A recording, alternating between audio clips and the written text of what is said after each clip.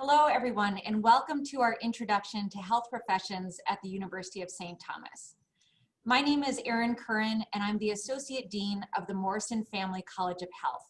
And today I'm joined by my colleagues who are all going to share with you what their departments and units do to support students who are pursuing health professions at the University of St. Thomas. First, I'd like them to introduce themselves to you. Let's start with my friend Dalma. Hi, my name is Dalma Martinovic-Weigelt, and I'm a professor of biology, and I currently serve as the chair of the biology department.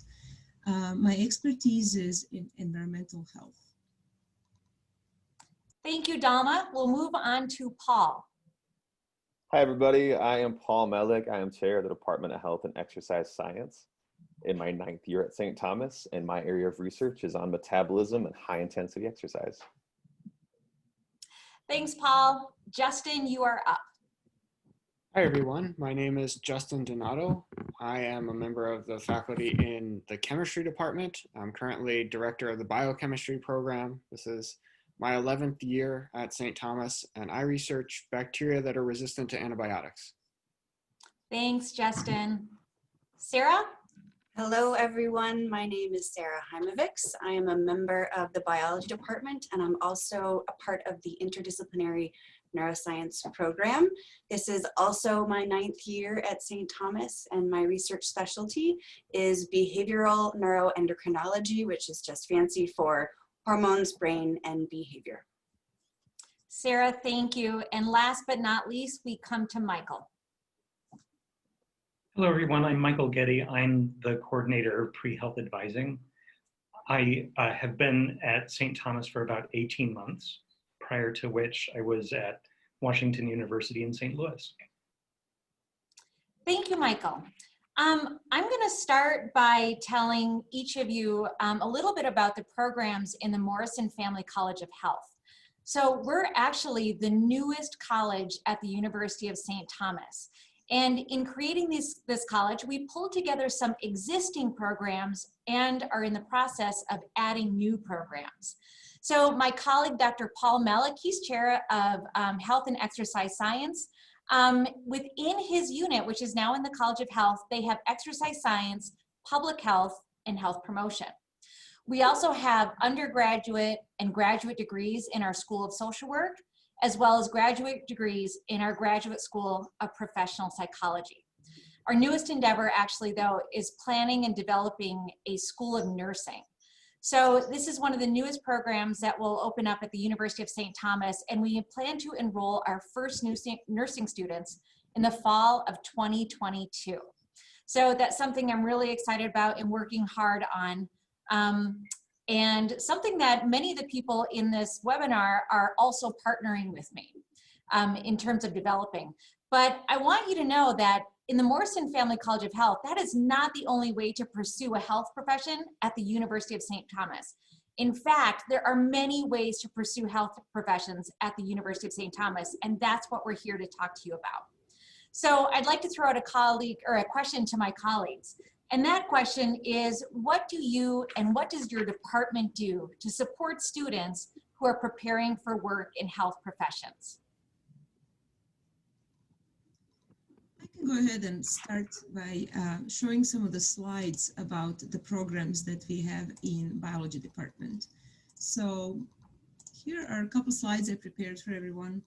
So again, I'm representing today biology department, and biology department serves pre-health professional students by offering a variety of broad majors such as biology and biology BA and BS. And we do so because those programs accommodate well a variety of interests and also allow students to shift into other programs if they change mind. And we know that many students do change their mind as the time goes on. In addition to that, we also offer a Biology of Global Health program, which is kind of a new flagship program we developed. And that program is more integrative in its nature, and we really hope that it will interact more with the new College of Health as it tries to take a more holistic look at the health. And then in terms of what do we do in our classrooms? Well, we do lots of different things, but we try to engage our students with health professionals. And we actually try to engage our students with health professionals from professions that students usually maybe are not as familiar with, such as environmental health. We also have courses where we allow students to expand their horizons by engaging in service learning opportunities. And one great example of that is the HIV/AIDS class, where our students engage with the local nonprofits. And we also take our students to study abroad, and I'm highlighting a class that is actually co-taught by Erin and myself that focuses again on interconnectedness of human health, environmental health, and explores it through the history. And then in addition to that, and maybe this is something that we do the best, we really facilitate individualized experiences for our students. And here I'm highlighting Fatumada, our ex-student who is now graduated, who used the individually designed course as a way to start up a nonprofit to support maternal health. And finally, we conduct a variety of research with our students, as do other departments, and I'm sure you will hear more from them about it. And some of these research experiences are very deep and definitely are helpful to our students who are pursuing graduate schools. So that is what I have. Thank you, Donna. Paul, how about you? I would love to go next. Our department houses, as Erin mentioned, 3 different majors that are suited towards pre-health. Those include exercise science, health promotion, and public health. Our exercise science major, most students come into that major pre-physical therapy, but many of them get in the field and realize there's more to do than just PT and branch out beyond that. Public health is a newer program that's been going now for about 5 years. And then our health promotion major is a major that we sell to students who really want to get involved in healthcare, but maybe don't think grad school is something they want to travel down. In terms of how we prepare students for these professions, our department has several partnerships on campus and off campus. A couple of those things that I like to highlight. One of the major ones is our partnership with our athletics program, which you may have heard is going to Division I very soon. And within that program, what we do is our students work directly with our athletic training staff. And that includes everything from rehabilitation for athletes, prehabilitation for athletes, preventative medicine, and a lot of hands-on work with athletes who are both injured and who are healthy. We also have students who work directly with our strength and conditioning staff, which helps again to prevent injury in athletes and train them to be ready to compete. We also are in the process of forming more partnerships with the Center for Wellbeing, as well as other partnerships with the IPC, which is a organization stationed within the College of Health. We also pride ourselves on quite a bit of student research, similar to what Dama mentioned in biology. And this includes research in the areas of biomechanics, which is essentially studying the movement of the human body in space, and exercise physiology, which is looking at different biological systems in the human in terms of how long-term exercise and short-term exercise impacts that. Lastly, we have some state-of-the-art lab facilities that I like to brag about, because you aren't going to find exercise science labs like that anywhere except for St. Thomas, unless you go to graduate school. And that's the end. Thank you, Paul. Okay, Sarah, let's hear from you. So I am a member of the biology department, but I am here representing neuroscience. Our neuroscience BS degree is very frequently the declared major for a lot of our pre-health students at St. Thomas, in addition to the others that you're hearing about today. It's attractive to pre-health students largely, I think, because of its interdisciplinary nature. So we have feet in the neuroscience program firmly in biology and in psychology, which means that we're constantly trying to make connections between basic biology and the human condition. Our introductory sequence involves the foundations of biology and chemistry, which means that you can be a neuroscience major at the University of St. Thomas and satisfy prerequisites for the vast majority of pre-health programs. Our advanced electives are incredibly diverse and varied.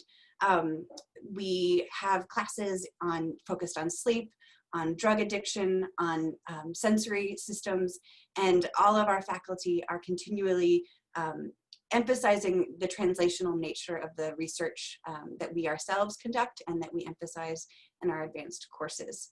A lot of our majors, when they arrive here, if they change their goals, we often find our students getting placed in biotech industry because of the research emphasis in our advanced courses. Our students will graduate with experience in wet lab techniques that make them competitive in the biotech industry more broadly.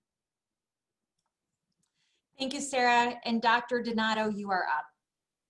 All right, thank you. So I'm here representing the biochemistry program. And just as Dr. Heimovich just pointed out, we are an interdisciplinary program. And so we like to think that the major health-related problems are going to be solved by interdisciplinary teams. And we really have that philosophy infused throughout our biochemistry program, as we are not a department. The biochem program is administered by the biology and chemistry departments. And we've got equal representations from faculty from both of those departments overseeing the major and teaching the courses. And we've got a few sort of unique aspects that brings about. First is the overall philosophy, where we can go ahead and we prepare our students to approach health-related problems, but really life science-related problems, and understand the problem all the way down to the molecular perspective and really what's underlying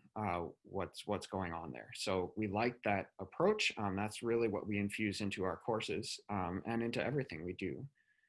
We've also, speaking of the courses, we've got a seminar course that's part of our major that is fairly unique in that it is not content-based. It's entirely based on giving students exposure to the skills they need to be practicing biochemists, whether they're going to go into a health-related field or not. So we focus on reading scientific literature and understanding and digesting data as it's presented. And if we think about kind of what's going on in the world right now, how much data is out there and how much do we really understand it? It's a skill that is just invaluable, that I think is a hallmark of our program. As well as the vast majority of our students participate in research. And we've heard undergraduate research mentioned by a few of the folks that have already spoken. We're no exception there. We have a bunch of students that go through and do research with faculty. I can use my own lab as an example. I like to think of students coming out of my lab as having an advantage when it comes to applying, especially to places like medical school, because I envision a student maybe who can say they understand antibiotic resistance versus a student who comes out of my lab who can say, you know what, I participated in the discovery of new knowledge pertaining to antibiotic resistance, and think about how much stronger that applicant might be. So I hope you consider coming here. I'd love to talk to you more about these kinds of things.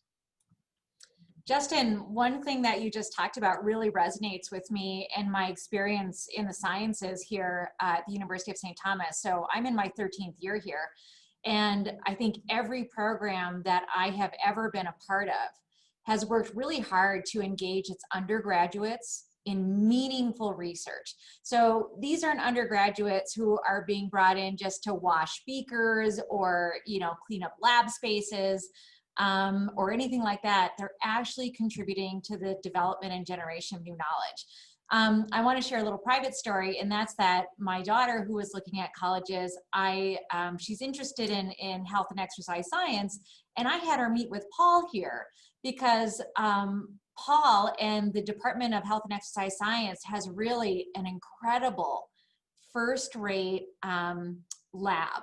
And there just aren't many universities, certainly universities of our size, who have the kind of space and technology that Paul and his department have. So these are really unique experiences for undergrads, and they're offered across the university. So we have a number of students who are in our departments and in our programs, though, who are not necessarily intending to go straight to medical school. Or maybe they're not necessarily intending to go even into the health professions, but they're interested in biology or chemistry or neuroscience for other reasons. So I'm hoping that you all can talk about what you and your departments do to work with students who maybe are not pre-med or who are not pre-health. Yeah, I think I can offer some answers to that, because biology captures a really, really variable number of students, and they're very, very variable in their interests, and they typically change as we go along. So what's interesting is we have recently revised biology major actually to incorporate more allied courses. And when I say allied courses, I'm talking about courses that are somehow related to biology or ancillary to biology that can help students explore careers that are maybe not even in biology, but use biology, you know, to go different directions. And one example, and Erin actually was a co-advisor for this student, would be a student who has decided to look into computer science a little bit. So we have graduated students who started in biology and actually finished the biology degree, but have started taking some of these allied courses and sampling other flavors, so to speak. And currently, for example, he is hired as technical solutions engineer in the EPIC systems, and he uses both his knowledge of the healthcare system and biology as well as his computer science skills. In addition to that, we send a good number of students to industry jobs in biotechnology, in consulting, as well as in public health professions, as well as in government, such as state and federal agencies. So those are some examples from our department. Thank you, Dalma. Paul, what do you have to say about this? Yeah, as I said earlier, most of the students who come to health and exercise science start off as pre-physical therapy. That tends to be our biggest draw. But a lot of students, once they get into the department and they see the other work that we can do, a lot of times they'll start to see the other opportunities available to them. And that includes a host of things, but some of the more likely draws are going to be occupational therapy if students still want to maintain the grad school route and get into some type of therapy program. Strength and conditioning is becoming a much bigger field, as well as health coaching and personal training, which I think is a field that is often looked down on from a standpoint of undergraduate work. But we've had some very successful students who left our program, started gyms or become personal trainers of their own and started their own companies, and have done really, really well, including some who've even partnered with some clinical sites to work with patients. The other side I would say is that there's a host of jobs available in the preventative medicine realm that encompasses a variety of things that I really can't even speak to, because I always find that I'm learning from new students that these jobs exist. I didn't even hear about them until they come back and tell me about them. And then the last thing I'll say is we do send some students off to cardiac rehab and pulmonary rehab. And rehabilitation science is becoming a really, really big field to get into, particularly with the current demographics of the country. This is a world that we think is really going to blow up for us pretty soon. And we're seeing more and more students every year who do get into that. Sounds like maybe we need to start a cardiac rehab program of our own. Let's talk about that. You should mention that. Sarah or Justin, do either of you have something to contribute here? Well, in addition to what Dalma mentioned, you know, there are a lot of neuroscience majors that head into biotech, as I mentioned before. Something that I'm noticing more recently that is really exciting. In fact, I was just on a Zoom call with one of my students about an hour ago. More and more neuroscience majors are finding their way into counseling, psychology, and social work programs. And it's a really exciting reality as, you know, as I sit behind the professor's chair, thinking about the fact that we're training future counselors and mental health professionals that have a really firm grounding in the basic biology and chemistry of the mind, and then can go on and do additional training to then learn how to apply that understanding and help people in their daily lives. And is probably one of the things that, while like Paul, you know, it's a world that is really not something that I live in, and I learn a lot from our students when they head that direction. But it's really, really exciting, and I do think that we can credit my colleague in psychology who teaches a number of courses on drug addiction. We have a lot of students just in the last couple of years that have talked to me about their desire to go into addiction counseling specifically. Thank you, Sarah. Justin. Sure, I'll go ahead and add that we do. Most of our students, if they're not going pre-med, they stay in the pre-health field. So we get most of our students will end up going pharmacy or PA school, something like that. And we do get a fair amount of those. We do, just as we heard before, we get students that'll go off into industry. And, you know, 3M's right around the corner, as well as a number of biotech companies that they might go into. But then we're getting more and more sort of those little surprises that you've heard about at this point that I would never have thought about. Things like students that are interested in patent law. If we think about it, you know, there's a discovery at 3M. Who do you want writing the patent? Probably a biochemist that you trained to learn the law rather than a lawyer that you're trying to teach biochemistry on the fly, something like that. And so there are lots of opportunities there for folks coming out of our program. It seems to me that there's really no learning biochemistry on the fly. We're working on it. This brings us to an appropriate time, I think, to tap into Michael's expertise here. We've been talking a lot about where students go, essentially, with the degrees and with the offerings that we have within our units. Michael, your expertise is really in how successful we are in getting students into some of those programs.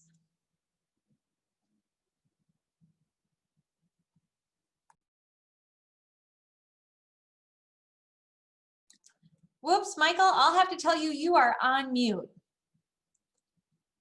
The joys of working on Zoom, right? The joys of working on Zoom are truly without number.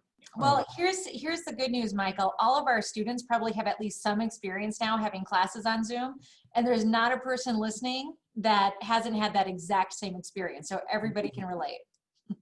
Oh, thank you. Thank you. That means a lot. So I prepared a couple of slides that bring together a lot of the threads that have been mentioned into a picture of how St. Thomas supports pre-health students. And I just have to say the faculty of the resources that I'm going to highlight here, I think the faculty are the greatest asset that St. Thomas has. They're amazing. They're passionate and creative and dedicated. And they also advise people who major in their programs, and like you've heard, are really great at bringing undergraduates into their research lives in really amazing ways. And that tends to result in letters of recommendation when the time comes for people to apply to their health profession program that really make a difference. There are a couple of other outfits at St. Thomas that are dedicated to supporting students every step of the way. Academic counseling and career development are the two most important in my mind. Undergraduate research is also a department here that supports students and works really closely with the faculty. So I brought my part to you, PreHealth Advising, and this is, this is what PreHealth Advising consists of at St. Thomas. Everybody with a pre-health interest, whether declared or not, basically at any stage of development, has access to my calendar for one-on-one appointments, basically on demand. And I work with people on selecting courses and sequencing them so that they meet the prerequisites for programs that they want to apply to. And as you've heard, people can pursue tons of different majors and specializations and minors in the sciences. And that can be very liberating and also very confusing. If I'm an exercise science major, can I still apply to medical school or pharmacy school? And the answer is definitely yes. And so in addition to working with people on the course selection side, I work with people on finding and reflecting on extracurricular experiences that are really, really vital and central to a strong application. And in addition to my in-person time, I also manage a community of pre-health Tommies on Canvas, which is where the online component of St. Thomas courses lives. And so I created on Canvas basically a 24/7 all-you-can-eat buffet of information and resources. And I think as of today, that community has about 600 people in it across basically all 4 years of undergraduate studies. And then I also spend quite a bit of time tracking trends and outcomes among St. Thomas applicants. And I brought some of them to you today. And I'm basically going to talk about what I call the big five: medicine, physician assistant, physical therapy, dentistry, and pharmacy. But I also want to note that I work with students in other pursuits as well. Veterinary medicine, for instance, occupational therapy, which Dr. Melick mentioned. I love OT. And even areas like nutrition and chiropractic care. I often advise people on making the strongest application they possibly can to train in those fields, along with these.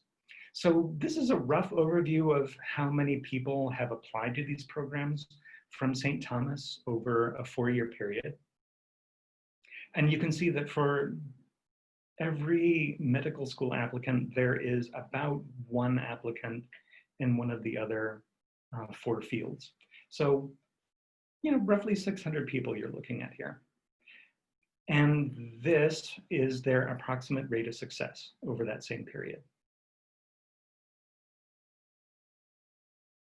So you see numbers here between 40 and 80%. If your goal is a seat in a graduate program of some kind, your best bet is pharmacy, but only if you want to be a pharmacist, naturally. It's difficult to compare these rates of acceptance to national data. Those data are hard to come by, and it's hard to get apples to apples comparisons, but typically they range between 30 and 40%. So St. Thomas compares very favorably to those figures.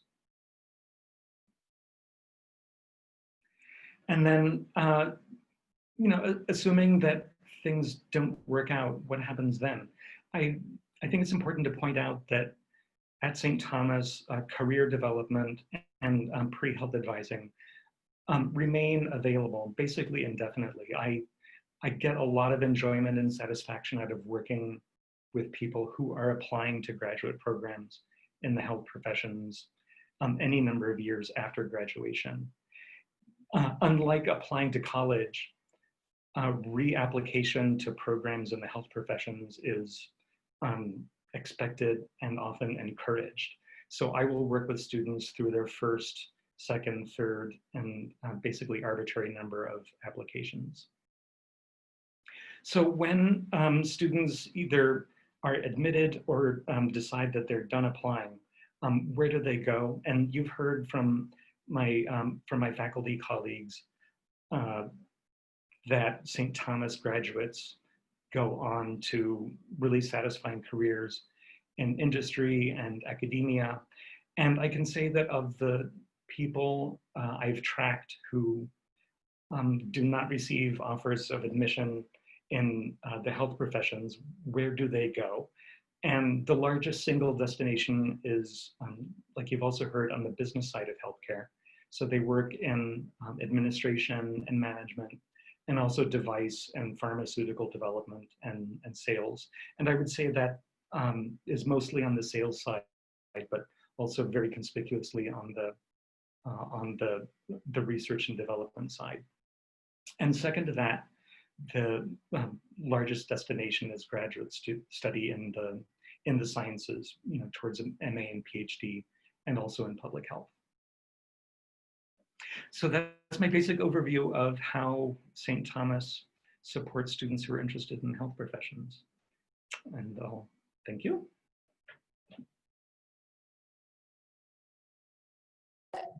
Unmute. There, I think I've unmuted now. Thank you, Michael. Thanks everyone for joining us. That's about all we have.